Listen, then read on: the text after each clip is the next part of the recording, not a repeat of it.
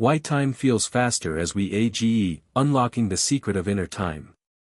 Have you ever felt that time seems to move faster as we grow older? As children, every moment was vivid and full of wonder. But adulthood often reduces time to a series of fleeting blinks.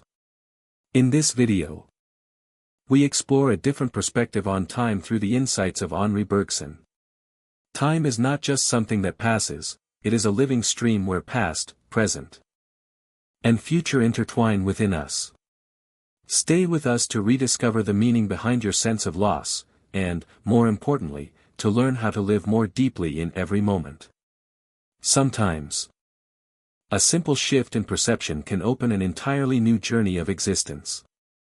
When time speeds up, the haunting question as we grow older. Time, like a silent shadow, is ever present in every moment of human life. Whether we are aware of it or not, it continues to flow quietly, beat by beat, like an endless ticking within our consciousness. As children, time seems to stretch out infinitely. Each day is filled with discovery, every moment imprints itself onto memory like vivid pages of a living book. Yet, as we step into adulthood, something strange happens. Time no longer moves slowly. It begins to contract, narrow, and rush past like a gust of wind we cannot grasp. Have you ever wondered why childhood feels so vast, while adulthood seems to pass by like a fast-forwarded film? Why a single year during youth can be brimming with countless emotions, yet a year in one's 20s or 30s slips by in the blink of an eye? I too have been startled by the realization that 2016 feels like it was just yesterday, yet it has become a distant, irretrievable milestone. This question has haunted not just me personally. For centuries, it has crept into the minds of the greatest thinkers, philosophers, scientists. Those who have devoted their lives to defining and understanding the true nature of time. To Plato, time was intertwined with the motions of the cosmos, a timeless rhythm governing all existence. To Aristotle, time was intimately tied to the soul, serving as the measure of change and motion. By the 20th century, Albert Einstein introduced a revolutionary perspective. Time was no longer absolute but a dimension that could be bent, linked to speed and gravity. Yet, amid these grand definitions, a deeper question persists: if time in its essence is objective, why does our perception of it change at different stages of life? Why are the same 365 days a seemingly endless journey for a child, but merely fleeting moments for an adult? Not all thinkers could fully answer this mystery. Many brushed against it, but only Henri Bergson, the French philosopher, dared to delve into the dark recesses of human consciousness where this truth resides. And it is precisely there, in the dialogue between physical time and experienced time, between what can be measured and what can only be felt, that a hidden truth gradually emerges. Time does not merely flow outside of us. It also seeps deeply within, becoming a fundamental part of how we exist and experience life itself. How humanity has defined time, from Plato to Einstein. Throughout the history of thought, time has not only been an invisible current but also a profound mystery that has perpetually eluded a definitive definition. Every school of philosophy, every branch of science, has painted its own portrait of time, trying to grasp something that, by its very nature, seems to slip beyond the reach of reason. Plato, the ancient Greek philosopher, was among the first to lay the foundations for contemplating time. For him, time was tied to the movements of celestial bodies, an imperfect reflection of the eternal and perfect world. According to Plato, time was not an absolute entity but a distorted replica of eternity, measured by the rhythm of the cosmos. In this view, time was merely a means for the universe to become perceptible to human beings. Aristotle, Plato's student, continued this discourse but in a different direction. He regarded time as the measure of change and motion, a continuous sequence of successive moments. According to Aristotle, without movement, there would be no time. His perspective was more pragmatic, more aligned with daily human experience, we know time has passed because everything around us changes. Centuries later. In the era of modern science, Albert Einstein radically shook these traditional notions. With his theory of relativity, Einstein demonstrated that time was no longer absolute as human intuition once believed. Time was intertwined with space, forming a unified entity known as spacetime. The rate at which time passes can vary depending on speed and gravitational fields. The closer one is to a massive object, the slower time moves. The faster one travels, the slower time flows compared to someone standing still. Einstein's discoveries not only transformed physics but also compelled philosophy and the humanities to reconsider their relationship with time. They revealed that what we once thought certain about time, its regularity, objectivity, and uniformity, was merely a superficial layer over a far more complex reality. Yet, even as thinkers advanced in measuring and describing time as a physical quantity, one profound question remained unanswered: why, while living in the same physical world, do individuals experience time so differently? Why does the same summer afternoon stretch out infinitely for a child, yet slip by in a fleeting moment for an adult? It was precisely this question, colored more by emotion and psychology than by pure theory, that opened a new path. A path that Henri Bergson, the master of inner time, would boldly walk, confronting it not just with sharp reasoning, but with the refined intuition of a soul deeply attuned to the depths of human existence. Henri Bergson, the man who opened a new door to the philosophy of time. Amidst the dry definitions and towering equations of physics, Henri Bergson emerged like a fresh breeze. He was not only a philosopher but also a brilliant mathematician who perceived what many scientists of his era had overlooked: that the time humans experience does not conform to the rigid laws of the clock but exists as a supple, fluid, and profound flow within the soul. Born at the end of the 19th century, Bergson conquered the world of philosophy with his innovative arguments and also stirred the realms of literature and art. In 1927, he was awarded the Nobel Prize in Literature, a rare honor for a philosopher, for his works that enriched humanity's understanding of lived experience and inner time. In his doctoral thesis Time and Free Will, published in 1889, Bergson laid the foundation for a quiet revolution. He rejected the traditional conception of time as a sequence of discrete moments and instead connected time intimately with human consciousness. According to Bergson, real time, what he called duration, cannot be divided into measurable units like seconds, minutes, or hours. Duration is a continuous flow, where past, present, and future intermingle to create an ever-living stream of consciousness. In duration, we do not experience time as a series of isolated events but as a harmonious whole. Much like a melody where the notes blend into one another rather than standing alone.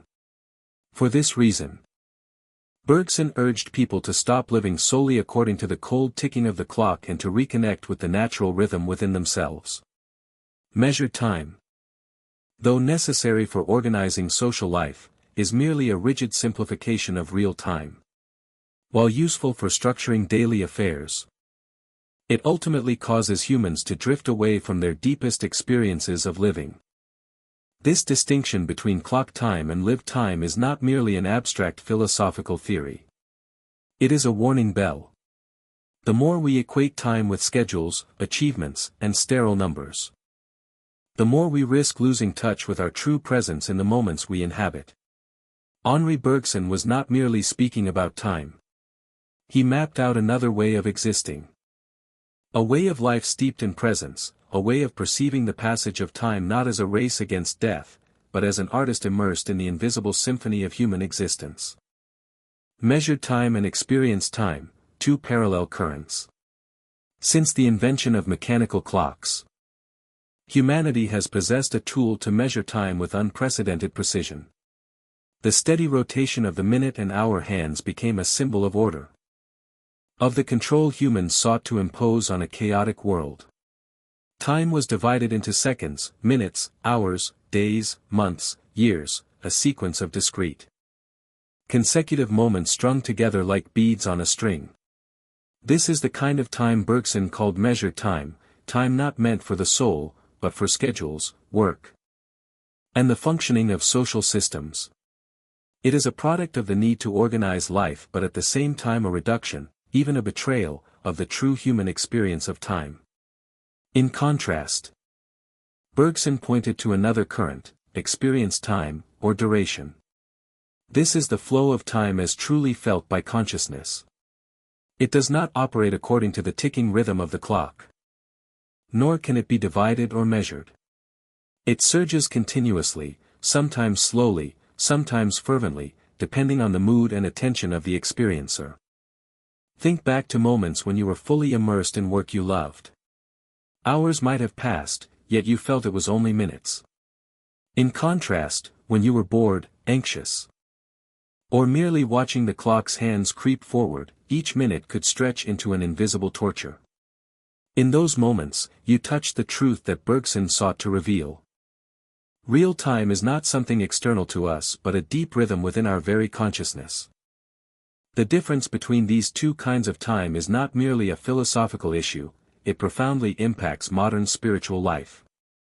As society increasingly operates according to measured time, with packed schedules, deadlines, and relentless urgency, people gradually lose the ability to connect with their natural inner flow. The alienation from duration, the identification of self with the mechanical clock, has contributed to the growing sense of disorientation, depression, and anxiety in the modern world. Bergson did not deny the importance of measured time for organizing daily life. But he emphasized that if we live solely by the clock, constantly racing against preset schedules, we gradually become breathing machines, walking clocks, stripped of the vibrant soul within. In such a world, we may accomplish hundreds of tasks each day and yet still feel empty. We may live for many years but never truly experience our own lives. When the clock takes over life, the invisible consequences on the mind. The absolute dominance of measured time over human life has left invisible scars on the modern mind. What Bergson feared was not merely that people would forget the natural flow of experience, but that they would become slaves to clocks, to soulless numbers, to the mechanical pulse of a world where existence itself is reduced to a series of tasks to complete. In Bergson's view, equating time with the moments marked by the clock impoverishes the experience of living. When we live according to the ticking of seconds, life is no longer a natural river flowing onward but a series of rushed leaps from one event to another. We learn to count time, but we lose the ability to feel it. We know how many hours today holds on our schedule, but we forget how the emotions of those hours have truly passed through us. Bergson pointed out that in a world increasingly dependent on clocks, time becomes a harsh master. It pushes us to be faster, more efficient, to do more. There is no room left for slowness, for reflection, for the quiet spaces where we are truly present with ourselves. Under this pressure, modern humans easily fall into states of anxiety, stress, even depression, constantly feeling as if they are racing against an invisible force that never pauses. This phenomenon extends beyond the individual. Bergson also showed how modern society has constructed its entire structure based on measured time. Education, labor, transportation, communication systems, all demand that individuals synchronize with the rhythm of the clock, regardless of the natural differences in biological rhythms, emotions, and personal needs. The gap between the inner natural rhythm and the external pressure grows wider by the day, leaving many feeling alienated even within their own lives. Bergson did not denounce the usefulness of measured time. He simply warned that when this artificial time consumes our entire inner life, when we trade genuine feelings for mere schedule following, we are eroding the depth of our very existence. An existence that may outwardly seem productive but is inwardly hollow, exhausted, estranged from its own essence. If we live only to complete tasks, to meet deadlines, to accumulate measurable achievements, then even if we live 100 years, That life remains a sequence of assignments without ever truly touching the profound meaning of existence. And the most painful truth is that, in this race, the true loser is not our achievements, but the most delicate parts of our soul. The historic debate, Bergson and Einstein on the nature of time. In April 1922, inside a lecture hall in Paris, two of humanity's greatest minds, Henri Bergson and Albert Einstein, unexpectedly entered into a debate that would become one of the most intellectually stirring moments of the century. Initially, the event was meant to be a simple lecture by Einstein on the theory of relativity, attended by French scholars and the general public.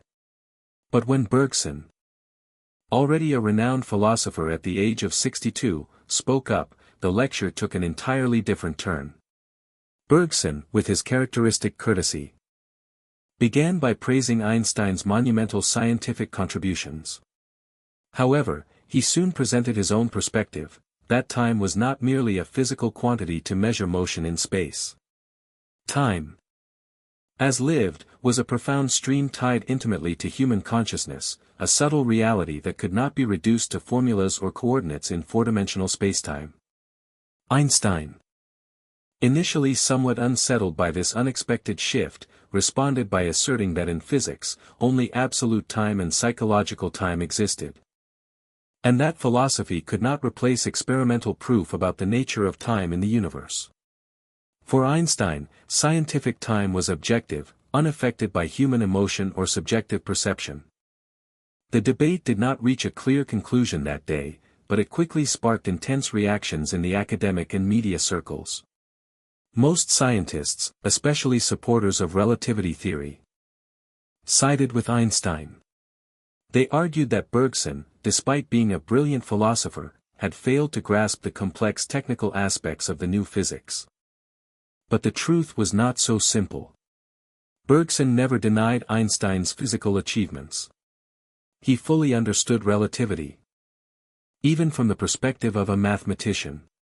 What he opposed was not the scientific work, but the reduction of time, the most vivid and inner experience of human existence, into nothing more than a cold, indifferent spatial dimension. Bergson likened scientists to surgeons wielding the wrong tools. Instead of a delicate scalpel reaching into the living tissue of reality, they used crude instruments, attempting to dissect a complex existence with oversimplified methods. He argued that understanding time solely as a spatial dimension, while necessary for modeling the natural world, was wholly insufficient for capturing the mysterious depths of consciousness and inner life. The confrontation between Bergson and Einstein was not merely a clash between philosophy and physics. It symbolized two fundamentally different ways of perceiving the world. One aiming for absolute measurement and certainty, the other striving for the wholeness of human existence. One sought precision, the other sought depth. It was a rare moment when science and philosophy, instead of walking side by side, collided directly, revealing the inescapable limitations of both paths in the quest for truth. Duration, the true time that exists within us. Amidst the rigid concepts of physical time, Henri Bergson introduced a revolutionary notion, duration. For him, duration was not simply a timeline that could be divided into seconds, minutes, and hours as we usually measure it. Duration is a continuous flow, indivisible, immeasurable by any instrument. It is the time we live, feel, and experience from within.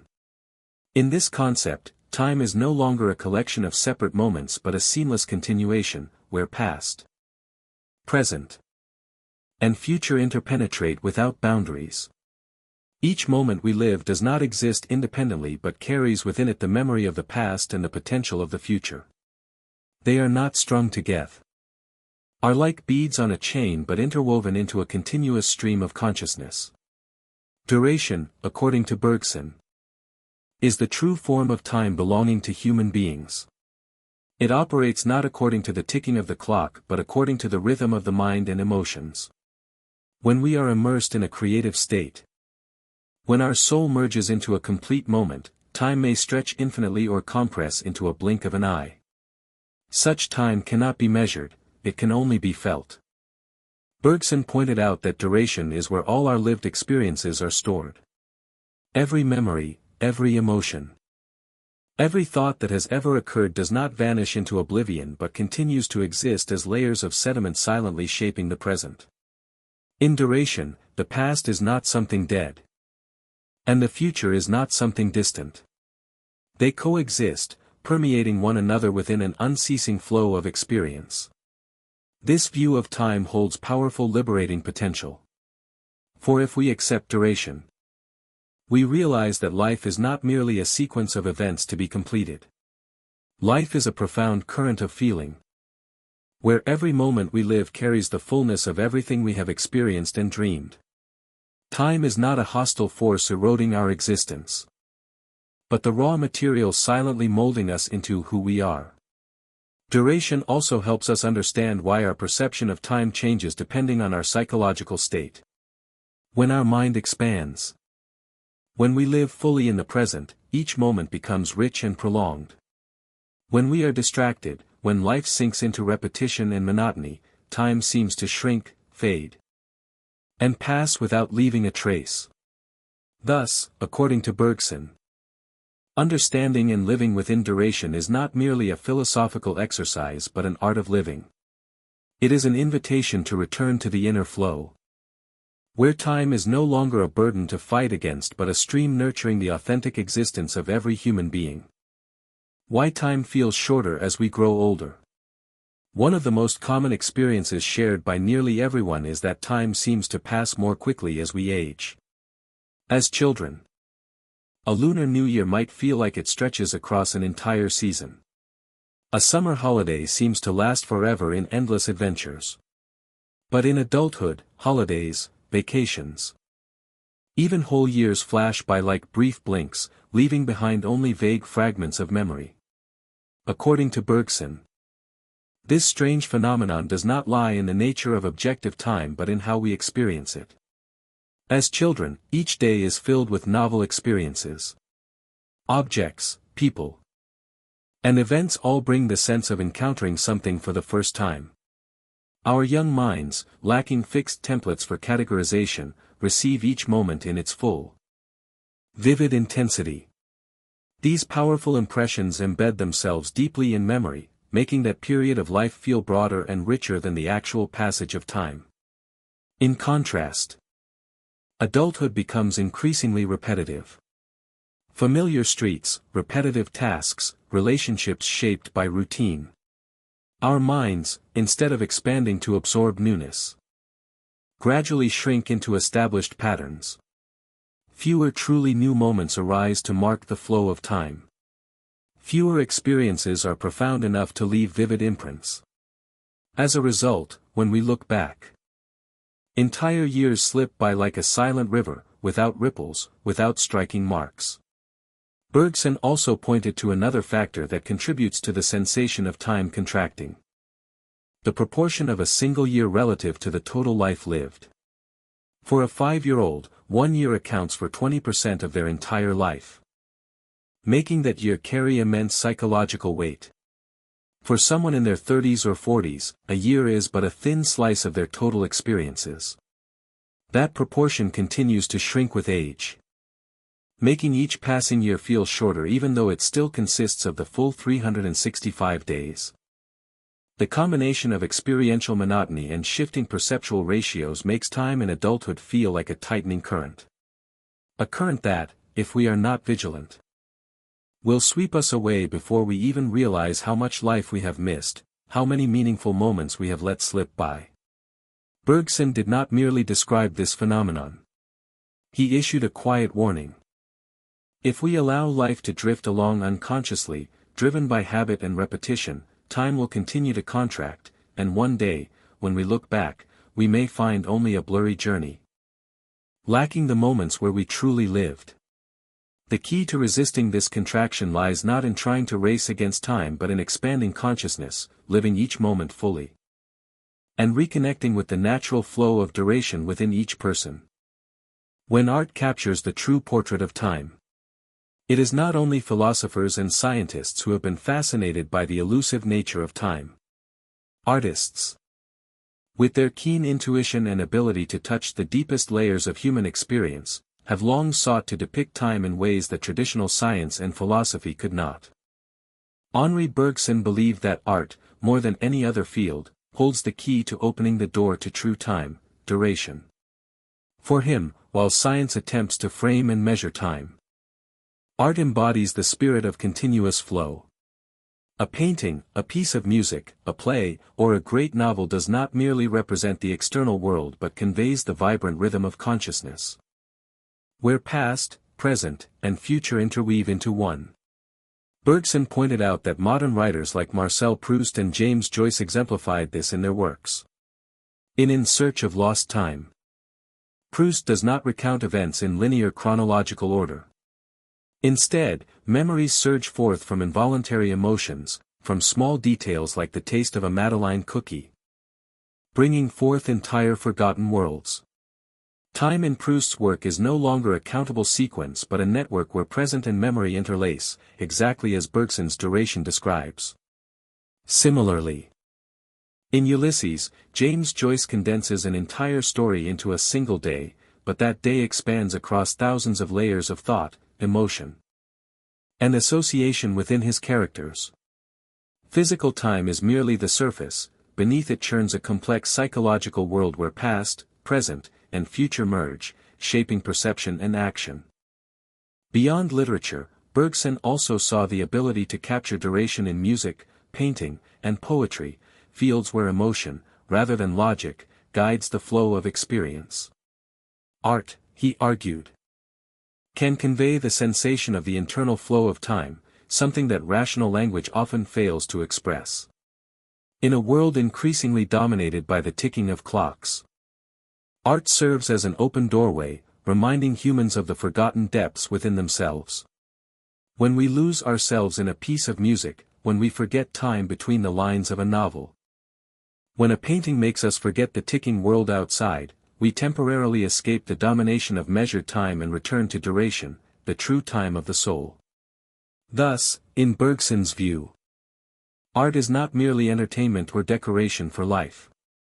It is an act of salvation, a way for humans to reconnect the broken thread with their most vivid, authentic experiences of existence. Living within the flow of real time, the journey back to the self. For Henri Bergson, understanding duration was not merely a pure philosophical discovery.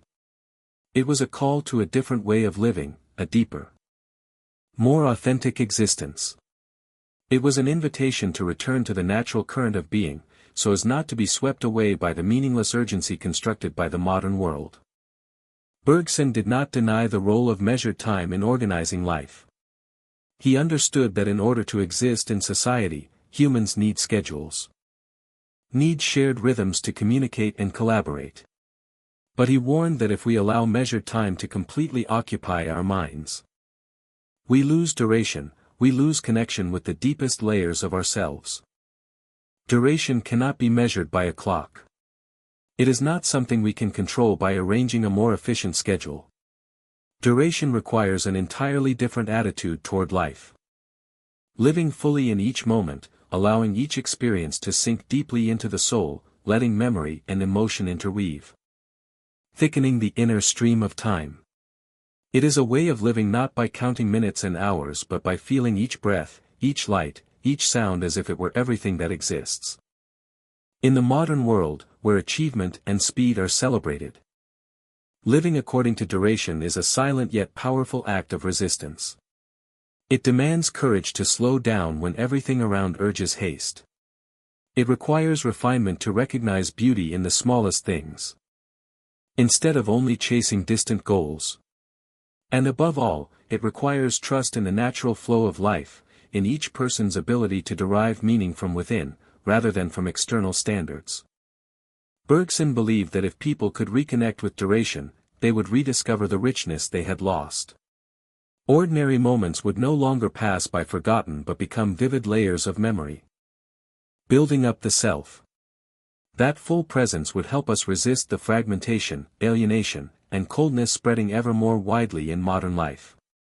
Duration, in Bergson's view, is not just true time. It is our true essence, a flow unbroken, unfixed, where past, present, and future permeate each other, nourishing every thought, every emotion, every act of a human being. Living within the flow of real time is a journey back to the self, not by withdrawing from the world, but by being more deeply present in every moment of life. A journey measured not by what we achieve, but by the depth of what we truly live through. Healing the fear of passing, when time is no longer the enemy. The fear of passing time has haunted humanity ever since we became aware of life's finitude. We count the days, the months, the years, both anticipating and dreading the sense that each passing moment is a piece of life irretrievably lost. In that fear, time becomes a silent but invincible enemy, a relentless current carrying us toward an inevitable end. Yet Bergson offered a different vision, opening the possibility of healing this ancient terror. In his view, time is not a thief of life. On the contrary, time, when lived as duration, is where we truly exist and become. Every moment is not lost, it is accumulated, saturated, and becomes a permanent part of the ever-flowing stream of consciousness. When we live fully in each moment, memory is not merely a fading trace but a rich sediment layering our being. The past, in duration, does not vanish. It continues to live, to resonate, to shape how we perceive the present and dream of the future.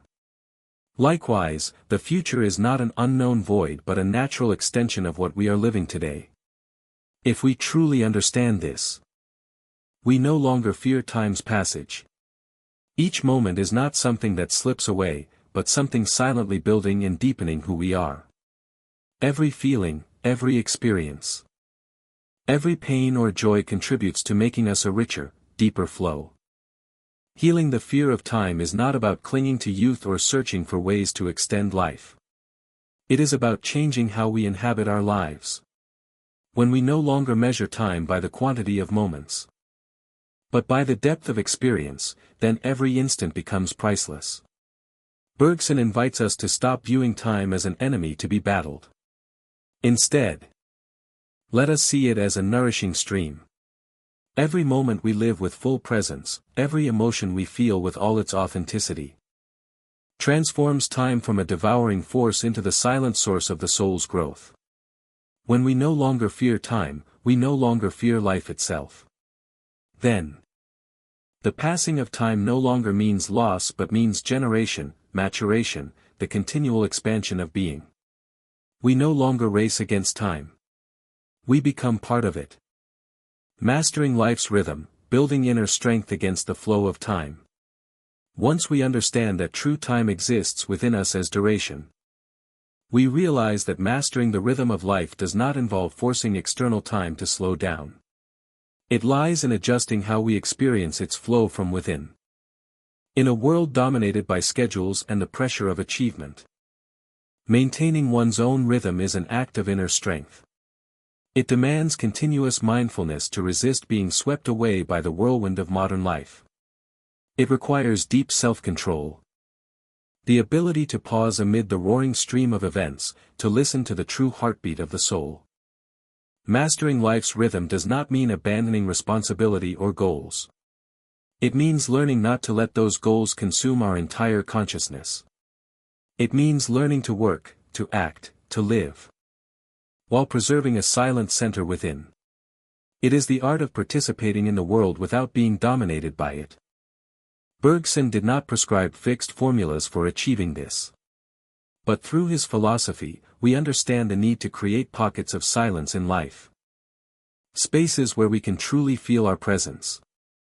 These might be very small moments, a few minutes of stillness, a glance at the sunset, a time immersed in music or nature without the distraction of clocks or screens. In such moments, we reclaim mastery over our inner flow.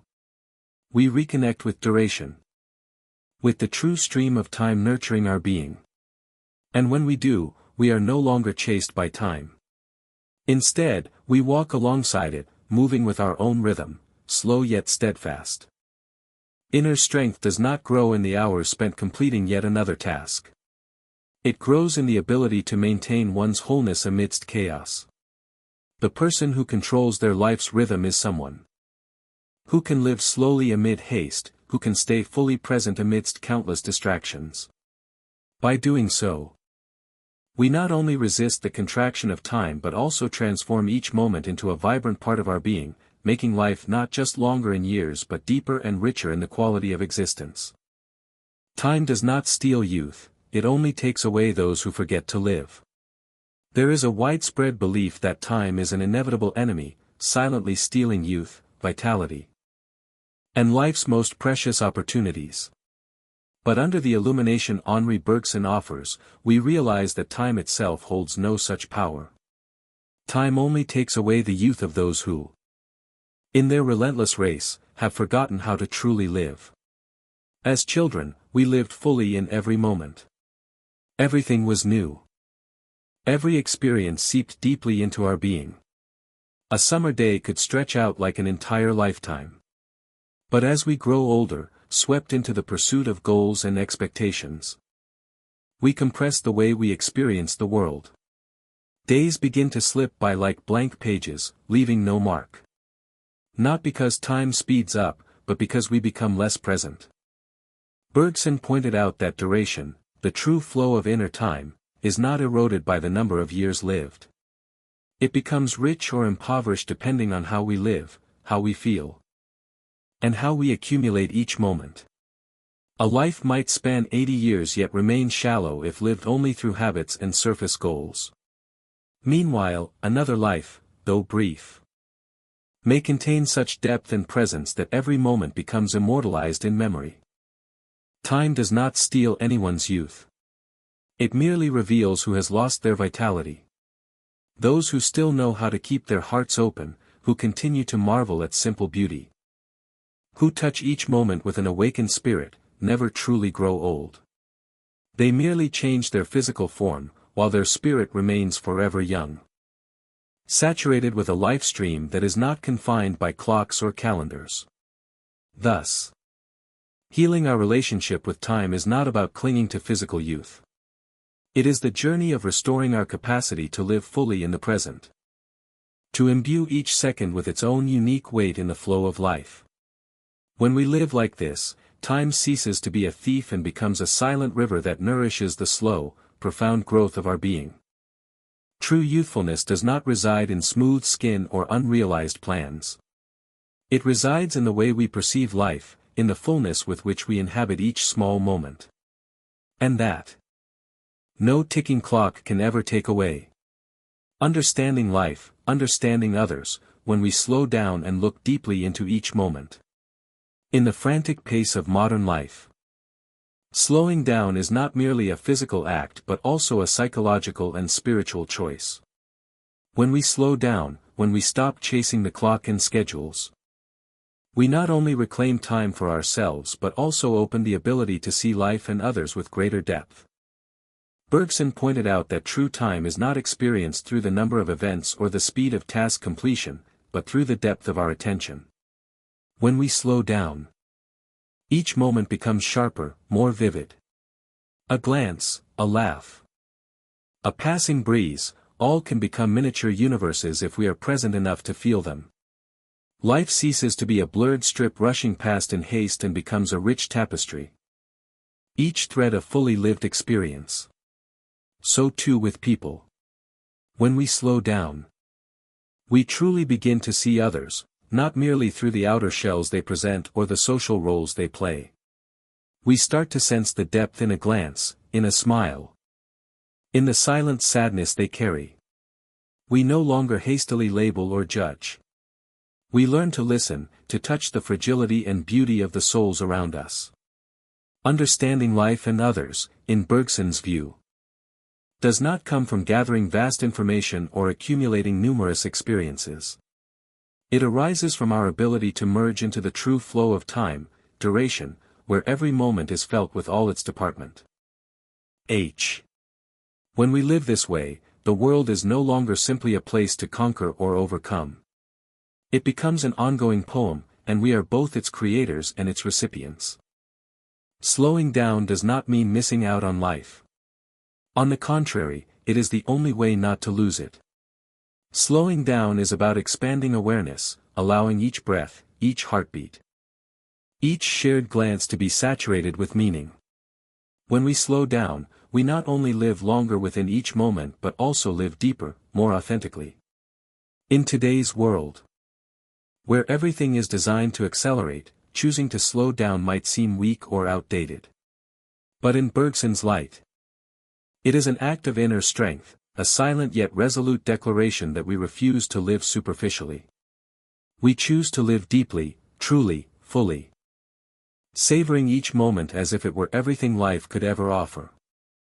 Awakening the inner self, rediscovering meaning in each breath of life.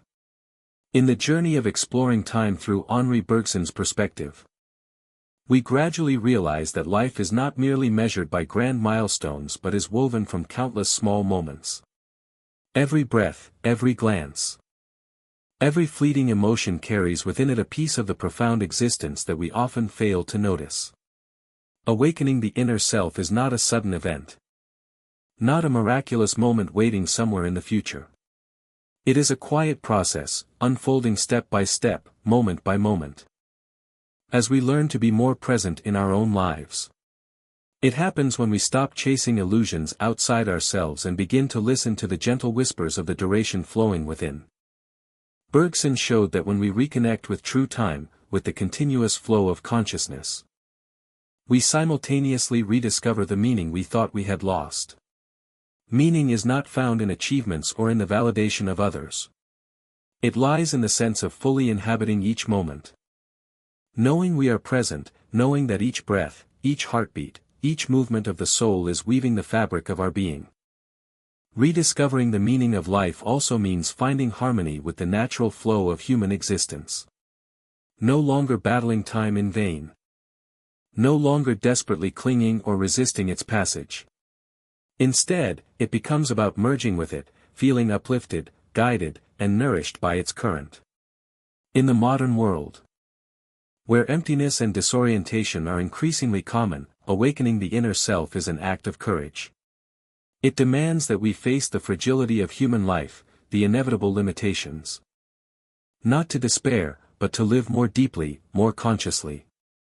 Every breath, if fully felt, is a reminder that we are alive. Every moment, if welcomed with an open heart, is an opportunity to touch the most sacred dimension of existence. Awakening is not an escape from reality. Awakening is immersing ourselves in reality with all the refinement and love that our hearts can give. It is allowing time not to be a river that carries life away but a living stream that nourishes our growth each day. And thus, even as the years pass, even as the world changes, we preserve within ourselves a silent space where the true self never ages, never fades, a place where life continues to resonate like a wordless song, stretching across each breath of our journey.